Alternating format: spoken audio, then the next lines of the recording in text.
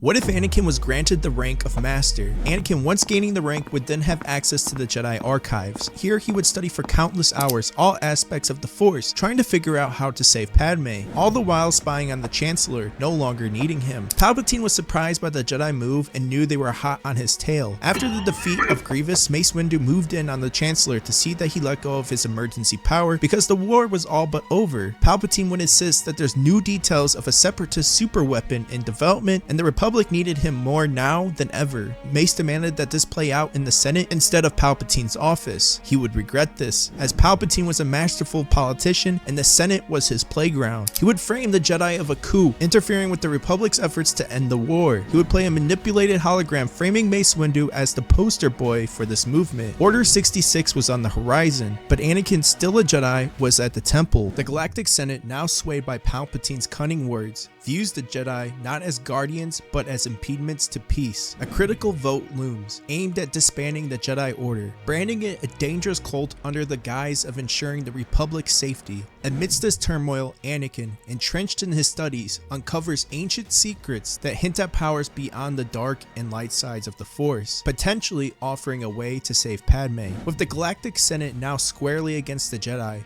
swayed by Palpatine's portrayal of them as peace obstructors, the Republic moved swiftly. The resolution to label the Jedi as an illegal function passed overwhelmingly, sealing their fate. As Order 66 unfurled, clone troopers stormed the Jedi Temple under the guise of enforcing a peaceful disbandment. Palpatine's assurance of no harm when speaking to the Senate was a mere facade. His true aim was their utter annihilation, a necessary purge to conceal his Sith identity and secure his grip on the galaxy. As the temple fell under siege, clone troopers commenced their attack, a narrative Palpatine would later twist to paint the Jedi as aggressors. Amidst the chaos, Anakin, within the archives, leaped into action. His intervention tilted the scales, enabling more Jedi to survive the initial onslaught. Despite his efforts, the casualties were significant.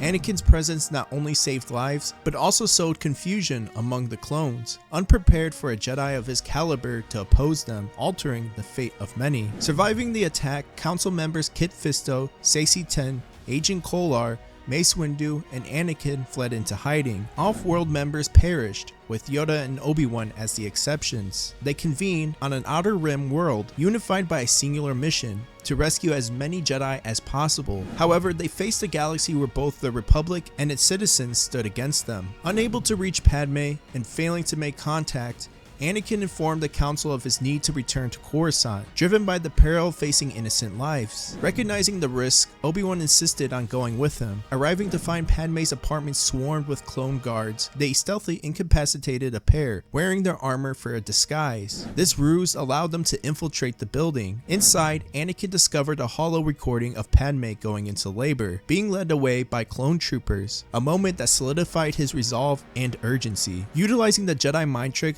they extracted Padme's location from the clones. She was at a medical facility in the industrial district known as the Works. Anakin and Obi-Wan's arrival, however, sprung a trap. They were confronted by the Sith Lord Darth Maul, freed by the clone troopers during Order 66 from Ahsoka's custody on Palpatine's orders to enlist him once again. Maul was a daunting obstacle. Anakin's plea for Padme was met with chilling news from Maul.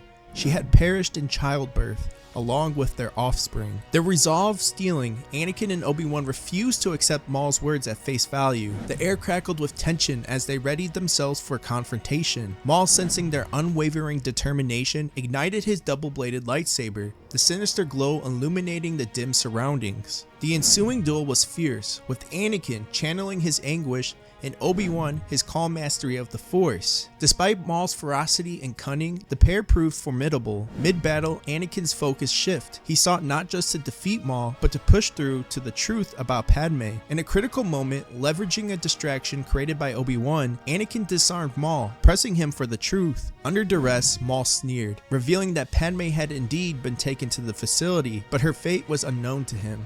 His task had been solely to delay them, and in that moment, a shuttle took off. Anakin could sense Padme's presence aboard the ship. Realizing she was out of his reach, in pure rage, he struck down Maul. With Padme vanished, leaving no trace nor leads, the situation grew increasingly dire. Obi-Wan, acutely aware of Anakin's spiraling despair and rage, stood by his side, The Jedi Code might forbid such emotions, but Obi-Wan recognized the unique torment his friend faced. It was Anakin's profound love for Padme, not just raw anger, that fueled his actions. In this moment of crisis, Obi-Wan chose empathy over the strict adherence to the code, hoping to steer Anakin away from the path that could lead to destruction. Realizing they needed more allies, Obi-Wan reached out to Bail Organa, the Alderaan senator, known for his discreet support of the Jedi in opposition to Palpatine's regime, could be a crucial asset. Bail's network extended deep into the Republic. Bail responded to Obi-Wan's call with grave concern. He understood the stakes, not just for Anakin and Padme, but for the galaxy. The loss of Padmé Amidala, a vocal advocate for peace and democracy, would be a blow to the growing resistance against Palpatine. Bail committed his resources to the search, initiating a quiet inquiry among his contacts and the few Republic loyalists still unswayed by the Empire's propaganda. Meanwhile, Padme successfully gave birth to Luke and Leia. She and her children were transported to a secret location known only to a select few, Mount Tantiss. It was here that she and her children would live their lives, hidden from the galaxy at large. While their residence at Mount Tantiss might seem like a prison, they were not treated as prisoners. Emperor Palpatine, for reasons known only to him, ensured that they had a comfortable living area with freedoms to roam the facility and its surroundings, just not the freedom to leave. Anakin and Obi-Wan knew their paths would diverge for a time. Obi-Wan had to return to the few surviving Jedi, aiding in their efforts to regroup and resist where they could, a beacon of hope in the shadow of the Empire's rise.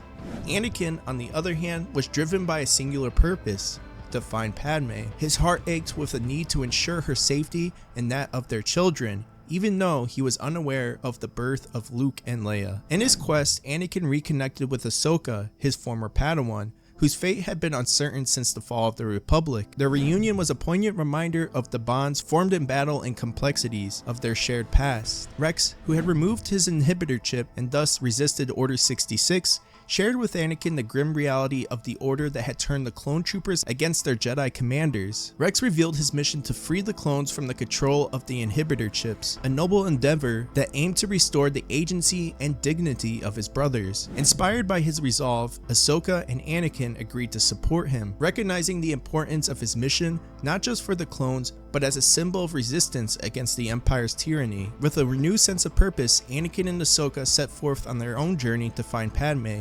They navigated the galaxy, evading Imperial forces and gathering information from a network of allies who opposed the Empire. Each clue, each whisper of Padme's whereabouts fueled Anakin's determination, a beacon guiding him through the darkness. Roughly a year had passed since Anakin started his search. In that time, Rex had managed to gather a formidable force of clones who had either removed their inhibitor chip or was deactivated over time. They had conducted several missions against the Empire, aiming to free their brothers from the control of the chips and strike against Imperial facilities that posed a threat to the galaxy's freedom. Recently, Rex uncovered the location of Mount Tantiss, a facility shrouded in secrecy and rumored to be involved in heinous experiments on the clones.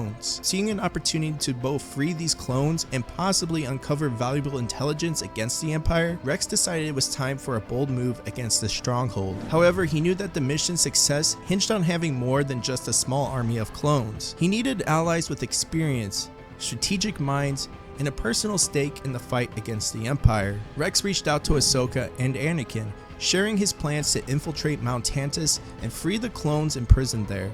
For Anakin, the mission represented a glimmer of hope, not just to strike a significant blow against the Empire, but also to possibly uncover clues about Padme's whereabouts. The chance that Mount Tantiss could hold an answer to her fate made the mission even more critical. Ahsoka and Anakin agreed to join Rex in his mission, pooling their resources, knowledge, and skills. The trio, along with the assembled force of liberated clones, began the meticulous planning and preparation needed to take on such a fortified facility.